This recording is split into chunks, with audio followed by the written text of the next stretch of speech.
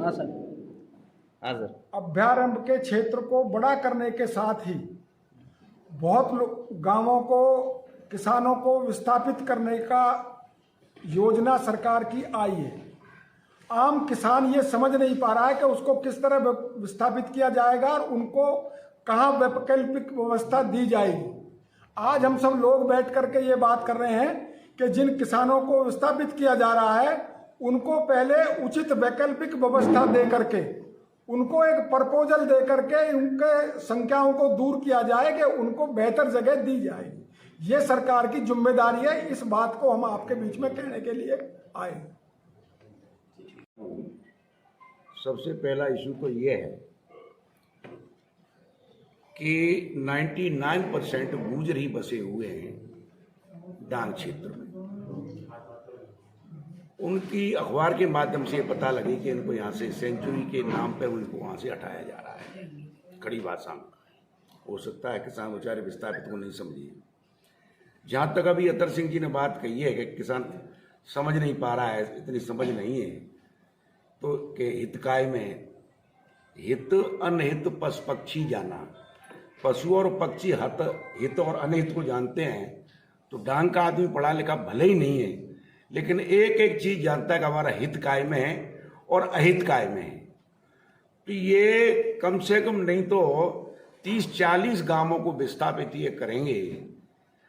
अभी माननीय पूर्व विधायक जी ने कहा है कि अभी से उनकी नींद उड़ गई है, खाना अच्छा नहीं लग रहा है। जब उन्हें ये सूचना मिली है तो कम से कम सरकार इसको गुप्त क्यों रख रही है?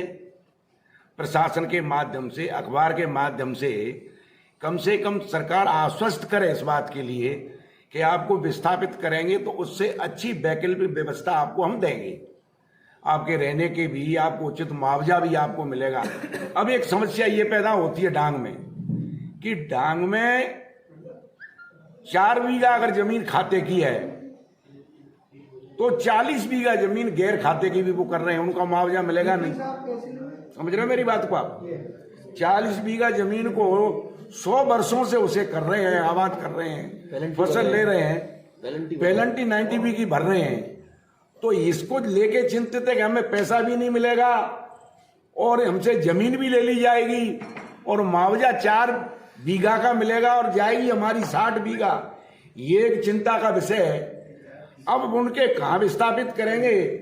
ये पूरे इलाके को घेर रहे हैं। मैंने तो ये सुना है कि सीधी ये 8 मील से जो रास्ता गई है सड़क सरमथरा के लिए, लेफ्ट हैंड का जितना भी गांव आता है, जिसमें रुदेरा पंचायत है, कुदिन्ना पंचायत है, सेवरपाली पंचायत है, बसईडांग नीचे की पंचायत है, बरपुरा पंचायत है, कुदिन्ना पंचायत है, इसमें 95% गुर्जर निवास करता है पूरा।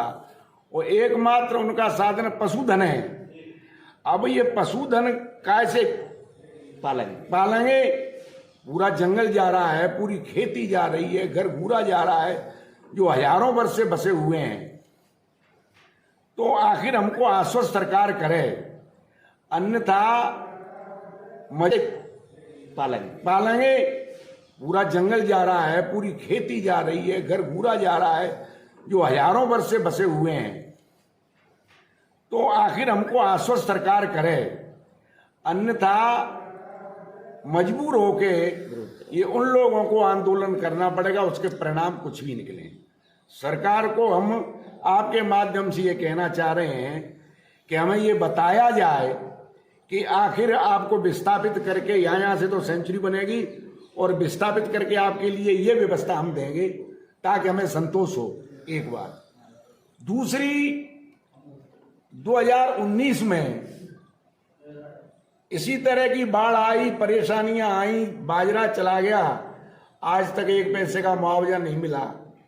बारिश अब तक हुई है, जो एक रिकॉर्ड है, उससे टोटल बाजरा कट गया, वो खत्म, फसल कड़ी थी वो खत्म। और दुर्भाग्य से उन्हीं बेचारे किसानों को जिनको विस्थापित करने की सरकार बात कर रही है, उन्हीं की पूरी चम्मल बाजरे को ले गई। आखिर मुआवजा सरकार कब देगी? ये भी इसमें मैं जोड़ना चाहता हूं आपके माध्यम से कि सरकार मुआवजा दे, उनके लिए हैंड टू माउथ है। एक तो पशुओं का चारा गया, जो उनका मेन रोजगार था, पशु का कैसे पालन करें साहब? एक खाने के लिए बाजरा नहीं है, गेहूं बहुत कम होता है वहां, ये हमारी मांगे हैं। और फिर मैं एक बार पुनः कहना चाहता हूं कि इसको सरकार भी हल्के में नहीं ले।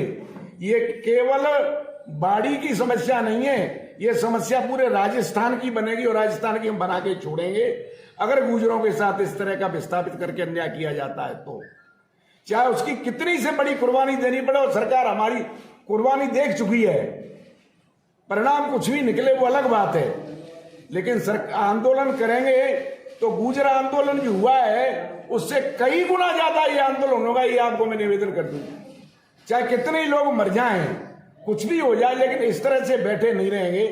क्योंकि बचाई क्या है साहब, रह क्या गया? जब जमीन चली गई, मकान चला गया, सब कुछ चला गया, तो आखिर जाएंगे कैसे? तो या तो सुसाइड करें या सरकार की गोली से मरें।